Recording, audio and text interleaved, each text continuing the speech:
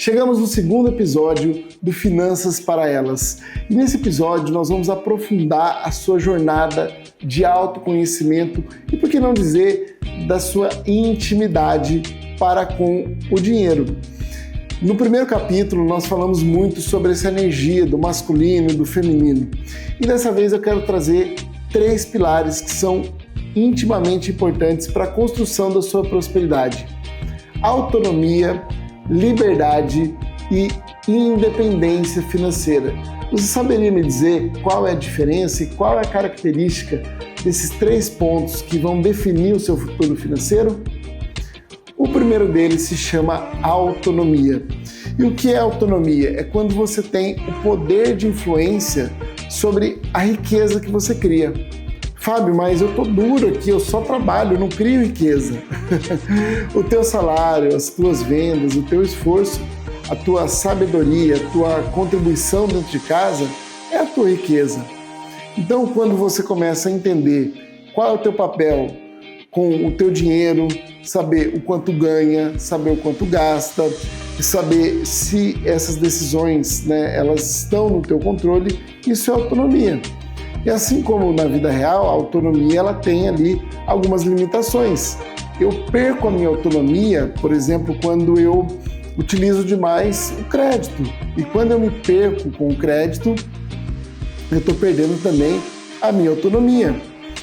Então é necessário que você, como primeiro ponto, comece a trabalhar essa autonomia. Qual é a sua responsabilidade dentro de casa? Qual é a sua responsabilidade para os compromissos que você já firmou para o dinheiro? E um pilar importante de autonomia para que você vá para o próximo nível é você começar a se pagar. Você olhar para o seu dinheiro e falar assim, pelo menos R$5, R$10, 5%, 10% da sua renda, você vai poupar ou investir para que você possa ir para o próximo nível. E qual é o próximo nível? Na minha visão, eu chamo de liberdade financeira. A liberdade financeira não pode se tornar uma libertinagem financeira, ou seja, só porque eu tenho dinheiro guardado, só porque eu tenho uma reserva financeira, eu posso fazer o que me der na telha e eu posso agir de forma displicente. Fábio, mas então o que é a liberdade financeira? Liberdade financeira é quando você consegue seguir em frente sem depender do salário do mês, por exemplo. É quando você já construiu uma reserva, o que chamam de reserva emergência ou de colchão financeiro, que vai te dar uma sustentação, ou seja, uma liberdade de escolhas por pelo menos 6 meses da sua vida. Por isso, quando você está no estágio de autonomia, você vai poupando, você vai investindo e, independente de fatores externos, você consegue honrar as suas contas e honrar os teus compromissos. Lembrando que liberdade não é libertinagem. O fato de você já ter essa reserva, de você ter uma capacidade de se sustentar durante algum tempo, não quer dizer que você possa agir de forma displicente. Fábio, qual é o próximo estágio? Então você exerce autonomia para você criar uma liberdade, para que essa liberdade te traga algo chamado independência financeira.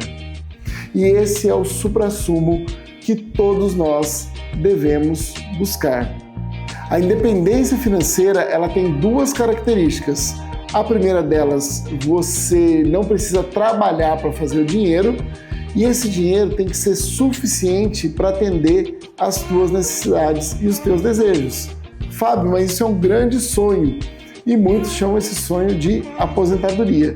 Eu prefiro independência financeira. Ao longo da vida você vai construindo um patrimônio e talvez você tenha lá o teu benefício do INSS, talvez você tenha uma previdência privada, talvez você tenha 1 ou 2 casas de aluguel, talvez você tenha um montante investido em ações, por exemplo, e todo esse portfólio que é o teu patrimônio, você trabalhando ou não, vai gerar recurso suficiente para você honrar as suas despesas, continuar investindo e continuar realizando os teus sonhos. No Brasil, esse valor é um valor que a gente costuma estimar em 2 vezes o seu padrão de vida pretendido. Ou seja, se hoje você, por exemplo, vive num grande centro entende que R$5.000 atende o seu padrão, a sua expectativa de vida, você tem que se programar para lá na frente, pelo menos fazer R$10.000 por mês. Pois lá na frente a gente tem um cenário chamado inflação. E pode ser que o valor de R$5.000 hoje não compre o que compra, né, o que compraria no tempo atual. Bom, Fábio, e qual a dica de ouro para que eu consiga construir essa independência financeira? Comunicação interna e comunicação externa. O que eu quero para o meu futuro? Isso é comunicação interna. Muitas pessoas hoje vivem em grandes capitais e desejam morar na praia ou desejam voltar para o interior, por exemplo, ou tem pessoas que estão no interior e desejam ir para grandes capitais. O lugar que você vai morar, a estrutura de família que você pretende para esse momento é extremamente importante. E comunicação externa, pois afinal, quem caminha ao teu lado precisa estar alinhado também com esses sonhos e com esses desejos. E com essa comunicação externa, nós vamos fazer o que é chamado de alinhamento de expectativas. Talvez você tenha que ceder um pouco, talvez o teu parceiro ou tua parceira ceder um pouco e que vocês construam um plano juntos. Aproveitando o nosso bate-papo, aproveitando esse tema, tão valioso e tão caro, eu queria abrir um pequeno parênteses aqui para falar de assédio. Muitas vezes, nesses tempos modernos que nós vivemos, as pessoas não se dão conta do quanto esse tema ele está estruturado no nosso dia a dia. Uma frase mal colocada, uma postura inadequada, o pegar nas pessoas. Talvez antigamente nós tínhamos o filtro um pouco mais aberto e nós não nos dávamos conta do que nós falávamos poderia ferir as outras pessoas. No entanto, que quando você assiste aos programas humorísticos das décadas de 80, das décadas de 90, você pega ali várias brincadeiras que hoje até mesmo aqueles que conduziam aquele tipo de piada, aquele tipo de postura, já dizem que não é mais adequado. E o nome disso é mimizento, o nome disso é brincadeira, o nome disso... Não, o nome disso hoje é consciência. Com o empoderamento feminino, com o empoderamento de várias outras classes, é fato que elas se fizeram ser ouvidas. E realmente existe uma reparação aí histórica, principalmente no Brasil, que é um país onde teve escravidão, que teve muita exploração sexual, teve muita memória de dor. É preciso que nós tomemos cuidado. Porque principalmente no que tange aí, falar sobre dinheiro, falar sobre negócios, às vezes as pessoas são tão imperativas e tão preocupadas em seguir o seu ponto de vista que às vezes acabam interferindo no ponto de vista do outro. E principalmente no ambiente empresarial, no ambiente de negócios, é preciso que a gente tenha essa anteninha ligada.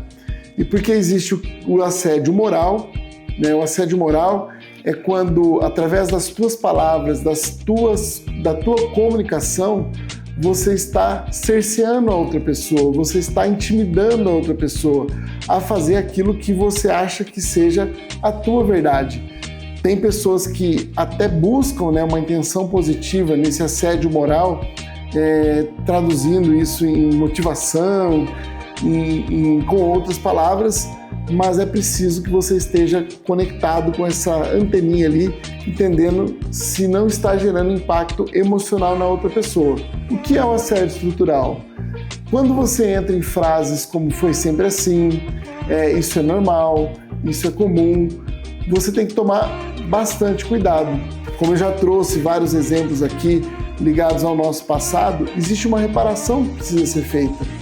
Então, esse assédio estrutural é quando a gente acha comum, de repente, falar pegando nas pessoas.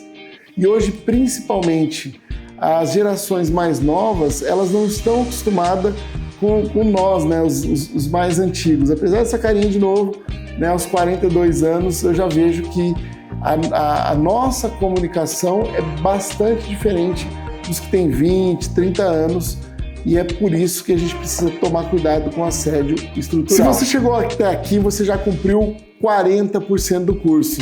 Deixa eu te dar os parabéns e dizer o seguinte: o melhor ainda está por vir. Nós vamos aprofundar cada vez mais e tem dicas, tem ferramentas e tem muita consciência a ser criada.